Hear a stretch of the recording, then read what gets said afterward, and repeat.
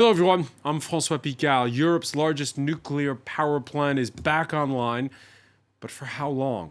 Zaporizhzhia, controlled by the Russians since the opening days of their invasion of Ukraine, but which sits near the front line. For the second time in 5 days, the complex forced to use backup diesel generators earlier to keep the reactors from overheating. The head of the International Atomic Energy Agency tweeting the news of his inspectors that external power had been restored. The outage caused by shelling damage to a far-off substation, says Rafael Grossi, highlighting how precarious the situation is. We need a protection zone as soon as possible. Well, let's cross to Ukraine's second city, Kyiv. France 24 senior correspondent Catherine Norris-Trent is there. This nuclear worry, it hasn't gone away. That's absolutely right. Rafael Grossi, the head of the International Atomic Energy Agency, saying that it was a deeply worrying development that earlier this Wednesday, the Zaporizhzhia power plant, actually in Enohadar in Zaporizhzhia province, had gone offline without an external power source for the second time in 5 days. It had been relying on diesel generators. Now, according to IAEA workers on site, they say that that external power source has been re-established, but nonetheless, Rafael Grossi again calling for a demilitarized zone around that power plant, Europe's largest nuclear power plant and facility. So it just again shows how vulnerable that whole area is.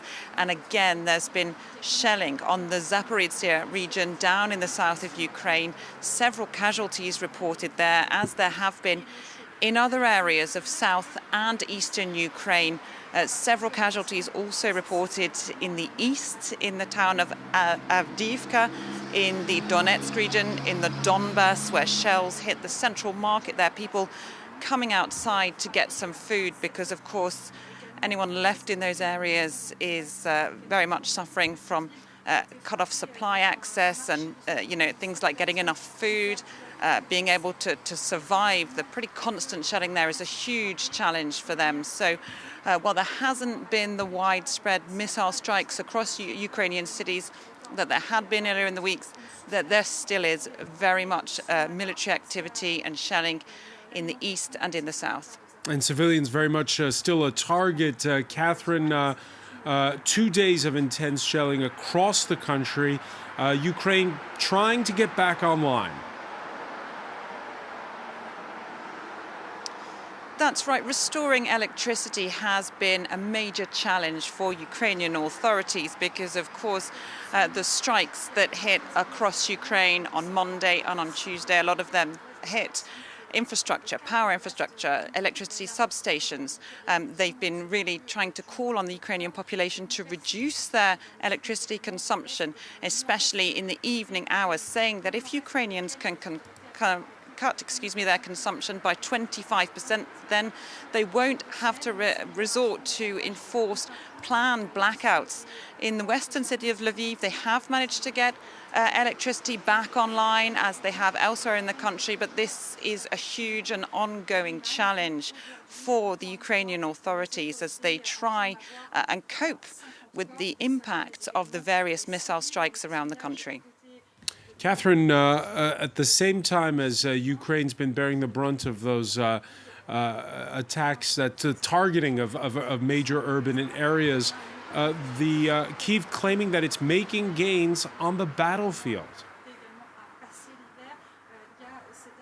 That's right, Francois. The Ukrainian armed forces reported that they'd retaken 5 villages in the southern Kherson region as they're continuing that push there down in the south of the country, continuing to try and advance towards the key city of Kherson, which is the only regional capital that Russia managed to take and occupy right in the very first weeks of the war. So there's been very intense battles going down there, but they've been publishing pictures of troops raising the Ukrainian flag in various settlements in the Kherson region in the south.